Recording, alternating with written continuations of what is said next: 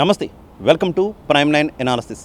మాజీ మంత్రి వైఎస్ వివేకానందరెడ్డి హత్య కేసులో కీలక పరిణామం చోటు చేసుకుంది. తెలంగాణ హైకోర్టు ఈ కేసులో కీలక నిందితుడిగా ఉన్నటువంటి దేవిరెడ్డి శివశంకర్ రెడ్డికి బెయిల్ మంజూరు చేసింది.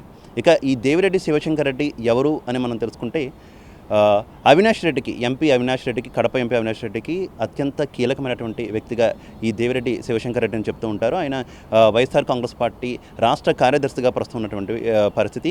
ముఖ్యంగా వైఎస్ఆర్ కాంగ్రెస్ పార్టీకి సంబంధించినటువంటి పులివెందులలో ఉన్నటువంటి అన్ని కార్యక్రమాలను, అన్ని పనులను కూడా ఆయనే చక్కబెడుతూ ఉంటారు, అన్ని వ్యవహారాలు ఆయనే చూసుకుంటూ ఉంటారంటూ కూడా చెప్తున్నటువంటి పరిస్థితి. ఇక గతంలో రాజశేఖర్ రెడ్డి ముఖ్యమంత్రిగా ఉన్నప్పుడు ఆయన కడప జిల్లా కీలక నేత కింద కూడా వ్యవహరించినటువంటి పరిస్థితి. కడప జిల్లాకు ఆయన ఉపాధ్యక్ష పదవిలో కూడా ఆయన కొనసాగినటువంటి పరిస్థితి.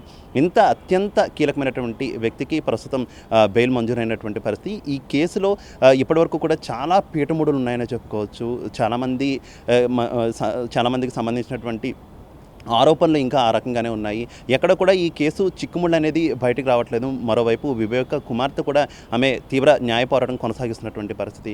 అయినప్పటికీ కూడా ఈ కేసులో ఎవరు నిందితుడు, అసలు ఎవరు ఏంటి అనేది కూడా తెలట్లేదు. ఇక ప్రధానమైనటువంటి ఆరోపణ రాష్ట్ర ప్రభుత్వం మీద ఎక్కువగా వస్తుంది. రాష్ట్ర ప్రభుత్వం అంటే ముఖ్యమంత్రి వైఎస్ జగన్మోహన్ రెడ్డి తన అధికారాన్ని అడ్డు పెట్టుకొని ఈ కేసును నీరు గారుస్తున్నారు, సిబిఐకి సహకరించట్లేదు, కేంద్ర ప్రభుత్వ సహకారంతో ఈ రకంగా ఇదంతా కూడా చేస్తున్నారు అనేటటువంటి ఆరోపణలు ప్రధానంగా ఉన్నాయి. ఇక విపక్షాలు అయితే నేరుగా జగన్మోహన్ రెడ్డి టార్గెట్ చేస్తున్నారు. ఎంపీ అవినాష్ రెడ్డిని అడ్డు పెట్టుకొని ఆయన మొత్తం సొంత బాబాయిని హత్య చేయించారు అంటూ కూడా ఆయన ఇతర విపక్షాలు కూడా ఆరోపిస్తున్నారని కూడా మనం చూస్తున్నాం.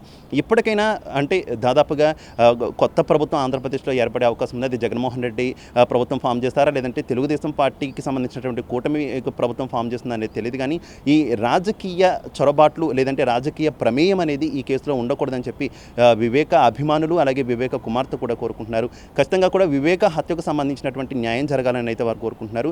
అయితే ప్రస్తుతం ఎప్పుడైతే దేవిరెడ్డి శివశంకర్ రెడ్డికి బెయిల్ మంజూరు అయితే అయిందో దానికి సంబంధించి ఇంకా వివేక కుమార్తె అయితే ప్రస్తుతానికి స్పందించలేదు.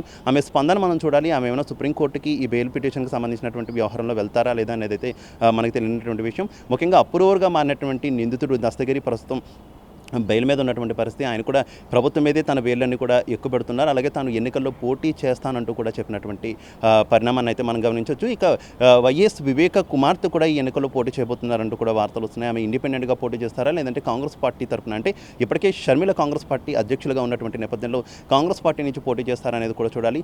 అసలు తన అన్నకు ఓటు వేయొద్దు అంటూ కూడా ఆమె చెప్తూ ఉండడం, ఈ ఆరోపణలన్నీ తీవ్రమవుతూ ఉండడం, ఒక పక్క దేవిరెడ్డి శివశంకర్ రెడ్డికి ప్రస్తుతం బెయిల్ వస్తూ ఉండడం ఈ కేసులో కీలక అంశాలుగా చూసుకోవాలి. చూడాలి అసలు వైఎస్ వివేక హత్య జరిగి ఇన్నాళ్ళైనప్పటికీ కూడా ఈ కేసు తేలకపోవడం మాత్రం ప్రజల్లో కొంత విస్తు గొలుపుతుందని అయితే మనం అనుకోవచ్చు. ఇది ఇవాల్టి ప్రైమ్ నైన్ ఎనాలిసిస్.